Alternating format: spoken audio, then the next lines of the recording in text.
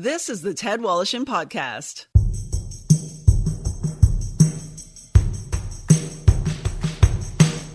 Brought to you by Tom's Place. For the finest in men's clothing at unbeatable prices, it's Tom's Place at 190 Baldwin in the heart of Kensington Market.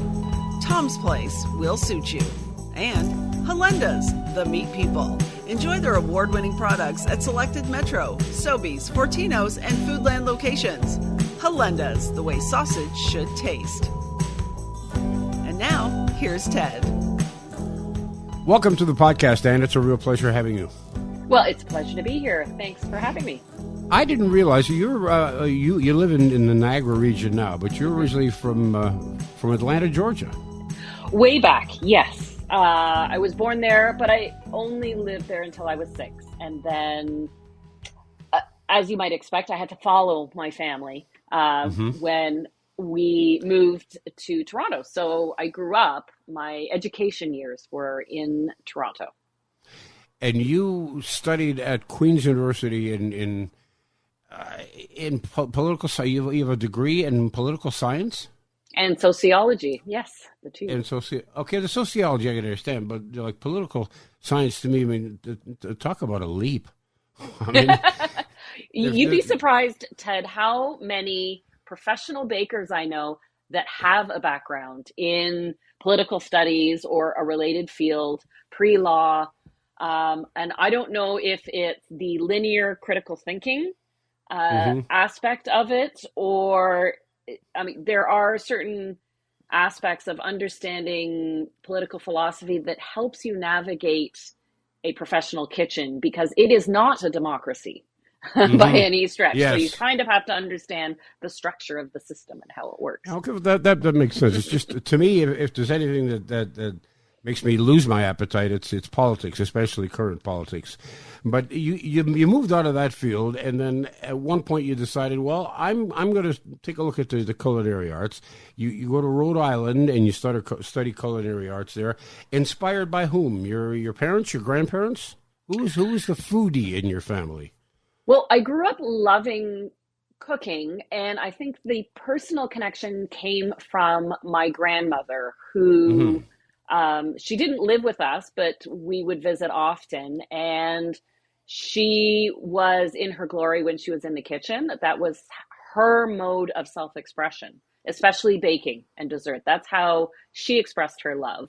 And so there was not just the skill set, it was witnessing that sense of caring, sharing, and giving and fulfillment that you it just radiated from her. And that's how a kitchen became such a positive place for me to spend time. And then it was my quest, without being aware of it in any realistic way, that was my pursuit when I was cooking and baking on my own.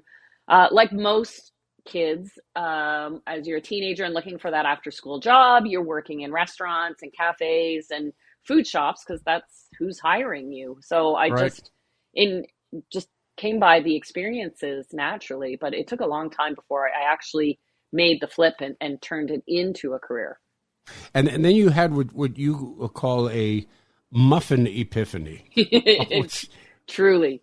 Because yeah, okay. On top of the political science studies, after university, I went into banking. I worked for a portfolio management company in downtown Toronto for a number of years. And this was in the 90s when inflation was like nothing we've ever seen. And I was on the bond sides of things, and part of the work I would do was related to currency exchanges. And it was a very stressful time. I was not connecting with my job at that point. And so I would stress bake. And I think a lot of home bakers can relate to this. And I found myself either staying up late at night, and this one particular time I couldn't sleep. It was 2 a.m, and I found myself in the kitchen making banana muffins, not because I wanted to eat them at 2 a.m, but I needed to take my mind off of my other stresses. And I looked down at the bowl as I'm scooping from the bowl into the muffin tin, and that's when the light went off, and I realized, what am I doing? This is what makes me happy. And if I can put that passion and energy to a professional career, then maybe I'll find more fulfillment instead of waiting until 2 a.m. Yeah. Okay. So when you were off at Johnson and Wales University in Rhode Island, on Rhode Island, was it baking that you were fascinated in more than the preparation of food in general? I studied culinary arts generally, and actually, the main Johnson and Wales University is based in Rhode Island, but I went to a satellite campus that was based in, of all places, Vail, Colorado. So Wow. yes, there was a little side agenda there. Did I Yeah. like Okay. skiing? Yes, I did. But it was a fantastic program because this was a fast track program for people who already had a university degree. So unlike Canada, where if you go to culinary school, you get a college diploma, in the States, you can actually get a degree, a university degree in culinary arts. Mm. But we were able to compress it to a 12-month straight program, no breaks. Uh, but what was fascinating about it, living, imagine a cooking school in Whistler, BC. Yeah. So what we would do is do our lab work in the giant canteen kitchens of the ski chalets in the Hmm. summertime when they weren't being used. And in the wintertime, we would do our classroom work and then our on-the-job apprenticeships in the restaurants during the peak season when they needed the extra hands, cooking and learning and prepping. And it was an amazing time. And I did manage to ski a whole lot too, in addition to learning to cook. Good But for you. I didn't focus on baking. We did have our baking courses. What was fascinating to me, I think, that helped evolve a part of the direction in my career, and that was an interest in recipe development and writing, was learning to bake at 10,000 feet above sea level. And so all of a sudden, have guest professors come from the other campuses and be at a loss because things would not cook or bake properly because of the high altitude. And so it was that problem solving on the fly and learning how to figure things out that I found just so compelling. Well, that's interesting you mentioned that because somebody told me recently, and I didn't realize this, but the food that's prepared for in-flight meals is prepared in a different way because when you're up so high, your taste buds are altered, so they have to be salted more and spiced more than they would be on the ground. Yes, I know. Isn't that fascinating? I Yeah. think it's absolutely amazing. And then also created in a way because all control, you can't make adjustments once you're in the Yeah. air. So Sure. it's fascinating. So what took you from your time in the United States to eventually working in Jordan, Ontario, where you met your husband, Michael, with whom you authored a couple of different cookbooks, and you worked at a place called the 20, right? In on the 20, yes. In on the 20. Started there in 95. And before then, I had worked around the States a bit in Texas, and a little bit of time in New Orleans.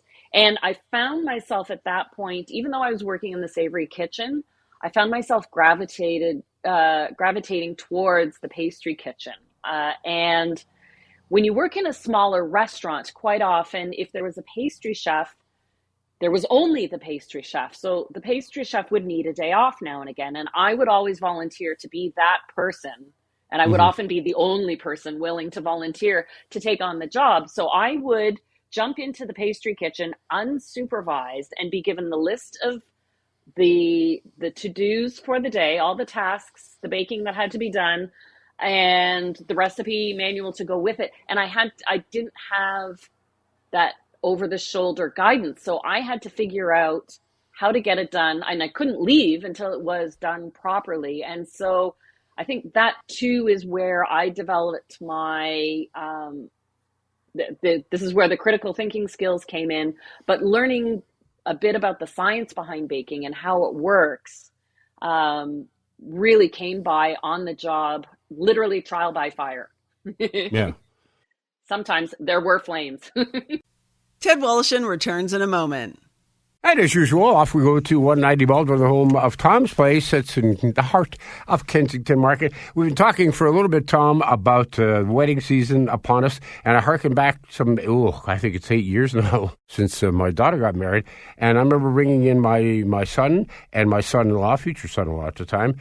And everybody decided that as opposed to getting tuxedos, all of the bridegrooms were going to get really nice dark suits with matching ties so that after the wedding, 2 weeks, 3 weeks later, they could continue to wear those suits. And they looked fabulous. Now, not to say that you shouldn't get a tuxedo, because you've got some terrific tuxedos, which I have too. So either one works. But if you're thinking, well, do I want a tux and how often am I going to wear it? Maybe the suit, it works best. That's a very good observation, and you did the right thing. And it's very common where people coming to our store with the groom and the groomsmen, and they're buying fabulous, fantastic suits.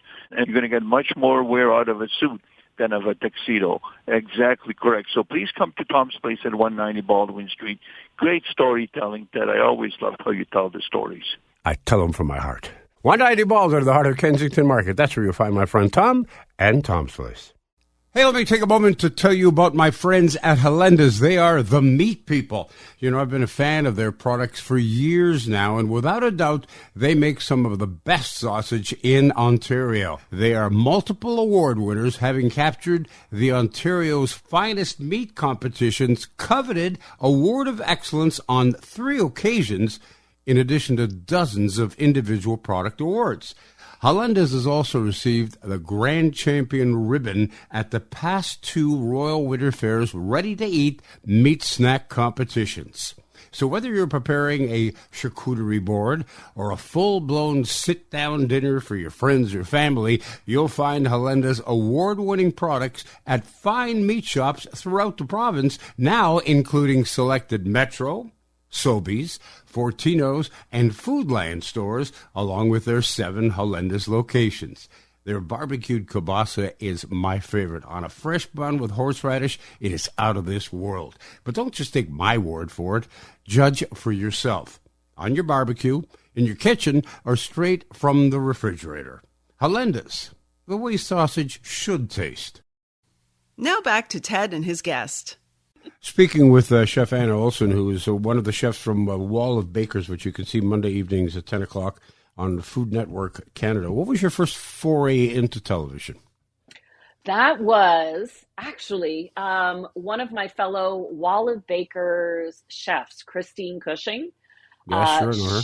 She had a pilot series. This is when the network was just getting off the ground. Food Network was just starting, and she was just starting her series, Christine Cushing Live. And that was my very first real on my own TV experience, and I was petrified. And then little did I know, soon after that, I was asked to audition for a dessert series the Food Network wanted to create back in 2002 called Sugar.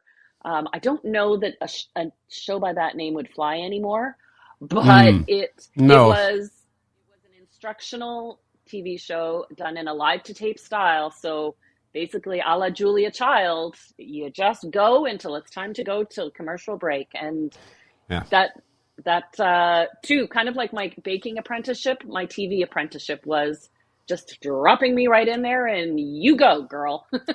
Are you amazed sometimes when you look around at the landscape and you see how many different opportunities there are for chefs now on television, how many different food shows and different kinds of food shows there are, and how many kids nowadays are enrolling in culinary schools right across North America? Well, you mentioned my husband, Michael. He is a chef professor at Niagara College, so I know firsthand, even through the pandemic, how popular the culinary program is. And the chef labs did not slow down during the pandemic. They kept going with full classes. There were times when they had to go to half capacity, but the enrollment was there. And I love that there is a culinary dialogue that young people have, and they have the vocabulary and they have a greater understanding of food. And I'd like to think it's that combination of what we do on food television, online, through social media, and having these conversations that really make young people fluent in the language of food and cooking. And that is going to make us better cooks, better home cooks, and better diners as that generation grows up. But if I were to ask your husband, Michael, if I were to ask him, are these kids enrolling because they have a passion for food or because they want to be television celebrities?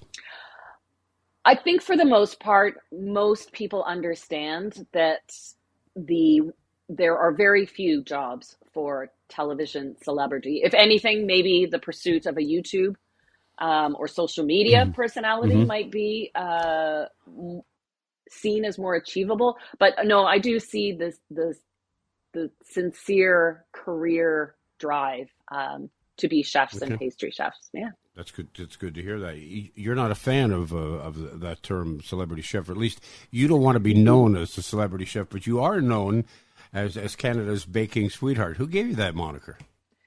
I don't know. It just came out somewhere. I guess someone introduced me as that at an event, and it ended up just sticking and carrying forward. So I'll take it. But yeah. I don't consider myself a celebrity. I prefer to lean on the credibility side of things. And that's what we bring to Wall of Bakers. And I think that's amazing when you line up 12 of us as pastry chefs. What we each bring literally to the table when we sample and taste the competitors' desserts is something different. Each of us have our own personality, our own baking style, area of expertise, and that's what I find fascinating. I interviewed a number of the chefs from Wall of Chefs, and each of them, every one of them said the same thing, essentially, that they learned from the competitors, from the amateurs who came on the show. They learned little techniques and they learned little secrets. I guess that's probably the same with Wall of Bakers. Oh, these home bakers sometimes left us speechless, which when you meet the 12 of us is a tough thing to do. We're a pretty chatty bunch. But, just the most recent episode, we had a baker make a batch of macarons in 90 minutes successfully. And as you do your baker's apprenticeship, one of the latter things you do in your apprenticeship is learn how to make macaron. Simple ingredients, ground almonds, icing sugar, and egg whites. One of the trickiest cookies to make and you think, well, how hard can it be? It's a cookie. They're pretty, they're colorful, but to get them flawless takes failing multiple times. And this home baker just totally floored us with the macaron they made. Well, you must have seen that even earlier when you were working on a Junior Chef Showdown with children, young kids. Because I watch these shows and I think to myself, okay, this kid's 11 years old. I couldn't do that when I was 40 years old. Now I feel like a complete fool. Absolutely phenomenal. I mean, they can barely reach the plates up to the table as they present them. Yeah. But these young bakers are so skilled, and they have good instincts and amazingly well-developed palates. And they can also, what I think the beauty is in watching young cooks cook is young people aren't afraid to fail. As adults, we are tough on ourselves when we make a mistake or we fail. Kids are used to it. This is the learning process for them. And so they bounce back and recover so quickly, but it means they also can pivot quickly. And when you watch a young baker cook compared to our home cooks on Wall of Bakers, that was sometimes the most stressful moment is watching our home cooks need to pivot, but not know what to do. And the clock is ticking and they have to decide something is not baking the way they expected. It's not coming out of the oven correctly. They've got 7 minutes to get something on the plate.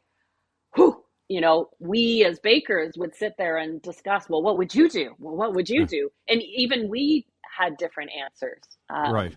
Yeah, amazing. Chef Anna Olson is my guest. It's interesting because you talk about kids, and they'll tell you that it's easier for a kid to learn a new language, than it is for an adult. And the more languages you can teach a kid, introduce to as a young child to children, the better off they're going to be because the quicker they're going to pick it up. And you have this philosophy that baking is like learning a language. It is, because your ingredients are your vocabulary. They give you the content. The technique is your grammar, how you treat those ingredients, the order you put them in and arrange them is your grammar. And the two together makes a baked good. And then it's the creativity and creative expression of the baker that tells the story and makes a story out of the vocabulary and the grammar together. Mm-hmm. In addition to Wall of Bakers, which I mentioned is on Monday evenings at 10 p.m. on Food Network Canada, you're also currently on another program on television, right? Yes. Also on Food Network Canada is Great Chocolate Showdown. Right. And alongside two other professional pastry chefs, and Chef Steve Hodge is actually an amazing chocolatier. We watch home cooks compete against each other in an elimination through the entire season. And then we're getting close to the finale. We're down to 4 bakers now. And they have to do a combination of baking and chocolate work. So they're more in the confectionery side of things. They have to temper chocolate. They have to build chocolate structures and sculptures and do different things with chocolate integrated into a dessert. So we give them a little more time than they have on Wall of Bakers to achieve their baked dreams. You also have a presence on YouTube. Tell me about that. Mm-hmm. I have a YouTube channel. It's simply called Oh Yum with Anna Olson. And I have a variety of content. So consistent with what I've always done, right from the beginning with sugar, my goal is to teach and instill confidence in home bakers. So whomever is watching, I want them, even if they have no intention of baking what I just demonstrated, that they think they could and feel good about it. Or if they do feel satisfied with themselves, that sense of fulfillment. And so it's all instructional videos, whether it's content from my previous shows. I do live streams regularly. These days, last week I did hot cross buns. Next week I'm making lemon meringue pie, and also heading out to do some travel videos and other projects. So you're busy. Yeah, I try and keep busy. That's good. You're a big proponent of eating and sourcing local food to table, which brings me to the work that you're doing in the Niagara region. Tell us about that. Mm-hmm. Well, I've lived in Niagara for more than 25 years, and I absolutely love it. Even though I live in a city, the farmers markets are amazing, and I'll drive 5 kilometers outside the town and I'm in the middle of apple orchards or peach orchards and cherry orchards. And it's appreciating not just the freshness and the delicious flavor of ingredients at their peak. It's also understanding how dishes evolve over time, and our culinary identity is shaped by what we can harvest or what flavors are available to us at their peak together. So simply what grows together goes together. And this is how we see Italian food evolve to what it is in regionally, food in India, food in France, food in Argentina. It's what's around. And then I think we struggle sometimes. There's always been a debate of, well, what's our Canadian culinary identity? And is it poutine or is it butter tarts or Nanaimo bars? But you can't force it. It just has to happen. And I think the beauty of Canada is we have back to the vocabulary and grammar analogy, we've got the grammar, that technique of global cuisines within all of Canada, but we have Canadian ingredients. And so it's this beautiful melding of global technique with Canadian ingredients that is creating a very special Canadian cuisine. And we just have to let it happen organically. When you prepare the various dishes as you do for your cookbooks and for your television programs and various appearances here and there, at the end of the day, you've accumulated all this food, and all that food you can't eat it, and your husband, you're not going to eat it all. You give it all to the local food bank. Yeah, we've got a couple of connections. So luckily in our town, our food bank and health center are connected. So and being a small town, they know who we are, and I can write all the ingredients on. If I have a cake, say I took photos for a cookbook and I have these beautiful whole cakes, they know that if there's a slice out of it, it was for a photograph, it's not a used cake. And we have a connection with our local hospice that we occasionally donate to. And I'm a big supporter of, we've got a kids breakfast program in schools here called Niagara Nutrition Partners. And they are volunteer based and do amazing work feeding young people, starting their days off right with a good, healthy breakfast. And that's my key. I have to spend so much time in the kitchen baking desserts. My key is eating a healthy breakfast every day. And that keeps me from diving into a chocolate brownie or a slice of cake at 10:30 in the morning. Yeah, I know that feeling.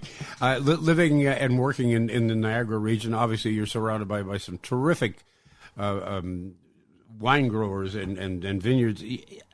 How often does that enter into your work, the use of wine? Well, you know what? Having worked at In on the 20 for 8 years, which was tied to Cave Spring Cellars, you get to know the wines, the winemakers, the people in the industry. Just like the food business, it's a small industry. So some of our dear friends are winemakers or in the wine business. So it's a pretty sweet match when you've got the combination of someone to bring their own delicious wine, and then we're in charge of dinner, and we're looking forward to more dinner parties this year, let me say. Okay. Yeah, I think we all are. Chef Anna Olson is my guest. As I mentioned at the outset, you were born in Atlanta, but you only lived there for 6-7 years, I think, something like that. So, because I was wondering, okay, as soon as I saw that you were from Atlanta, I thought, okay, well, how big of a role do peaches play in her desserts? Well, you know what? I will say, I think Niagara peaches are the best. And a good peach dessert can't be beat. And you can only use the peaches when they're so ripe that you have to lean over to eat it because it's dripping so much. Then you know it's peach season. Yeah, exactly. Your grandparents were from Slovakia, right? Yes, on both sides of my family. And did that have an influence in your food? I think it did. Preparation and appreciation? When my grandmother, who did influence me in terms of a love of baking and cooking, realized that I was interested. And my mom would be the first person to tell you it skipped a generation. She loves eating, but she loves that I'm willing to do the cooking. But when my grandmother realized it, she started sharing the heritage recipes with me. So that really became an important bond for us. And as my grandmother aged and lost her memory, it was amazing how talking about food and these old recipes could bring the light back in her eyes, and we could have just such a detailed conversation about food, and share these amazing recipes, from simple things like, pierogies are hardly simple to make, and cabbage rolls, but also holiday breads like poppy seed and pasca. And I'm Ukrainian. I know what you're talking about. Oh, you know, yeah, and just exactly. And pierogies are one of the simplest foods to look at and to consume. One of the most difficult things to eat, because if you don't make that dough right, they'll stay with you in your stomach for a week and a half. And you never want them, if they're not properly assembled and pinched together and they open up when you boil them. Ooh, that just drives you crazy. Well, what's on the horizon in terms of cookbooks? I know you had released a book not long ago, but have you got another one coming up? I do. I'm actually behind the screen that I'm looking at you through now. I actually have my first design pages of my newest cookbook to go through and review. It is going to take almost a year for it to come out. It will be out in spring 2023. Supply chain issues have a lot to do with that. Everything's taking longer, but I figure it's just giving me more time to be detailed. It is a big baking book. It's called Baking Wisdom, and I'm really sharing my lifetime's worth of knowledge. A lot of how-tos and how to get yourself out of a baking quandary you may find yourself in. But I've already got ideas. Even though this one hasn't even come out, I'm already working on the next one. And that's going to be a mix of savory and sweet. That's not going to be an all baking book. Well, I look forward to that, as I look forward to seeing you on Wall of Bakers. Monday nights, 10 o'clock on the Food Network Canada. That's where you will catch Chef Anna Olson. And I got to tell you, I had Noah Cap on the show months and months ago when they first released the Wall of Chefs. And I was watching the promo as they were leading up to the launch of Wall of Bakers, as he semi-mocked you and said, she's really not that sweet, she's really quite evil underneath. I don't think you are at all. No, I'm the Paula. I'm a nice one. Okay, good enough. It was a real pleasure chatting with you, Chef. Thanks for your time. All the best. Oh, a pleasure, Ted. Cheers. All the best. The Ted Wallacham Podcast has been brought to you by Tom's Place. For the finest in men's clothing at unbeatable prices, it's Tom's Place at 190 Baldwin in the heart of Kensington Market.